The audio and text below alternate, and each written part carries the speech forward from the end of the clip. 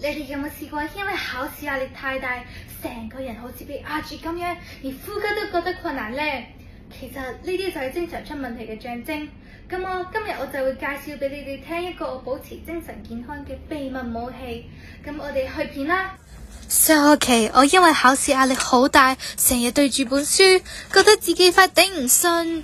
直到有一日，我見到同學喺操場打波，佢哋嘅笑聲吸引咗我就加入咗跑下跳下流下汗。奇怪嘅係，我突然間變開心咗好多。看報紙先知道，原來我哋運動嗰陣時，身體會釋放一種叫做內啡肽嘅激素，令人開心同埋放鬆。咁你哋依家應該知道運動點解咁重要啦。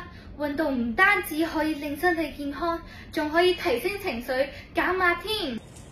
同時，如果同屋企人一齊運動，仲可以增進感情，創造開心回憶，將你啲煩惱全部趕走晒。咁我哋由今日開始，每日抽30分鐘同屋企人一齊喐起身啦。無論係打波、跳舞定係散步，都可以令你哋心情愉快、精神飽滿。最後請記住，運動係保持精神健康嘅良方，大家一齊行動，令個家更溫暖。